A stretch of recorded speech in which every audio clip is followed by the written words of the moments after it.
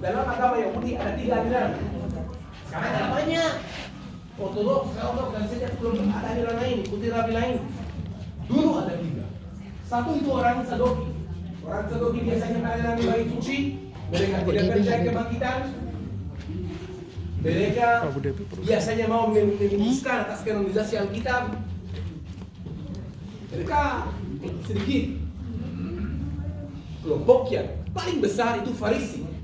Farisi dari kata lefaresh. Lefaresh artinya menjelaskan. Karena mereka biasanya yang ambil ayat dari Alkitab, ngobrol, menjelaskan, kemudian menulis tafsir-tafsir dari Alkitab. Berusim dari kata lefaresh, menjelaskan dalam bahasa mereka. Lebih banyak orang Yahudi, kelompok yang terbesar 2000 tahun yang lalu adalah orang Farisi. Dan orang Yahudi Ortodoks kita ketemu di tembok Ketapang atau di Israel, mereka keturunan orang Farisi. Ada satu kelompok lagi yang jujur sampai pada tahun 1947, kami kurang tahu. Kelompok yang seperti Yahudi terortodoks, tapi yang mana persis mereka sedikit aneh, kami belum mengerti. Sampai pada tahun 1947, satu orang Bedouin, dia gembala domba, salah satu dombanya hilang di pegunungan di atas. Dia cari dombanya sampai ketemu satu gua, ambil batu, ya lempar, wah, dia dengar ada tembikar yang pecah. Dia masuk dan dia ketemu tembikar, ya seperti ada di situ tempayan dari tembikar dan di dalamnya ada gulungan. Tapi dia orang Bedouin tidak tahu tulis baca. Dia jual gulungannya ke orang yang dari Bethlehem, namanya Kandu. Gulungannya ganti tangan sampai dibeli oleh orang arkeolog Israel bernama Eliezer Sutemi. Eliezer Sutemi ketemu gulungannya itu dan dia langsung mengerti. Bingo. Itu gulungan dari Alkitab suci yang ditulis 2000 tahun yang lalu saat bait suci masih berdiri. Lalu mereka kirim banyak orang arkeolog yang gulungan di sini. Mereka ketemu lebih dari 900 gulungan. Dibagi ketiga, sepertiga itu buku-buku dari luar Alkitab tidak termasuk kanonisasi. Sepertiga itu dari perjanjian lama, saat itu belum ada perjanjian baru, dan sepertiga itu gulungan yang menjelaskan kehidupan mereka. Hanya laki-laki tidak boleh menikah. Kalau mau menikah harus bukti ini untuk bikin generasi baru dan bukan untuk menikmati bersama. Punya satu guru kebenaran.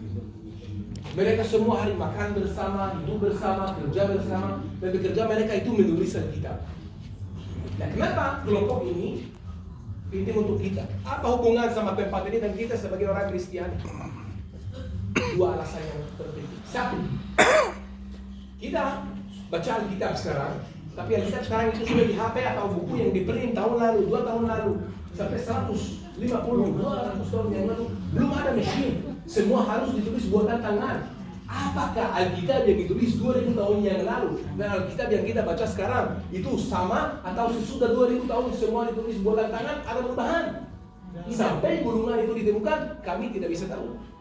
I don't speak your language. Is this Andrew? Yes, you can answer. Ya, Mama. Aku tidak Sebelum ngerti. gulungan itu ditemukan, kami tidak bisa periksa. Sekarang karena tidak ada gulungan yang paling tua itu 1000 tahun yang lalu, bukan 2000. Sesudah gulungan ini ditemukan kita bisa periksa. Bagaimana menurut Anda? Ada perubahan atau tidak? Ada Tidak ada perubahan. Kenapa? dari Bagaimana bahasa caranya terjemahan. untuk orang Yahudi menulis Alkitab? Satu, itu harus oleh rabi yang di-qualified dan khusus bekerja dia menulis Alkitab. Kemudian, Kita bukan terjemahan kan? harus ditulis atas kulit binatang yang kosher, yang halal.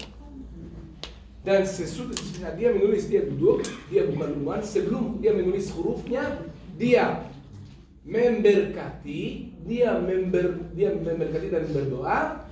Dan kemudian dia menulis hurufnya. Setiap huruf gambarnya harus 100% sempurna. Kalau sedikit tidak sempurna satu huruf, dia harus buang semua dan mulai dari awal. Dia bisa menulis 90% dari Alkitab. Tiba-tiba satu huruf gambarnya dari hurufnya tidak kelihatan 100% sempurna, perfect.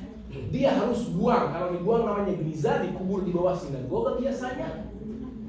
Dan mulai dari awal. Begitu 2000 tahun tidak ada perubahan. Sama 99,9 sama. Yang kedua, kenapa tempat ini penting buat kita? Kalau kita tanya, Yesus 2000 tahun yang lalu paling dekat ke aliran mana? Sadoki? Tidak mungkin. Disebut di dalam Alkitab, Yesus marah sekali sama orang Sadoki. Mungkin Farisi? Sama. Kalau Yesus paling dekat ke aliran itu, aliran itu. Kita akan masuk. Lihat, semua yang kita lihat di sini hampir semua itu replika. Reruntuhan yang asli harus disimpan di Museum Israel dengan kondisi yang bagus supaya tidak akan dihancurkan. Kita akan lihat tempayan-tempayan memang replika tapi kelihatan memang sama seperti ini. Kemudian kita akan melalui mikveh, replika mikveh tempat pentahiran Yahudi. Lalu kita akan lihat gulungannya sedikit.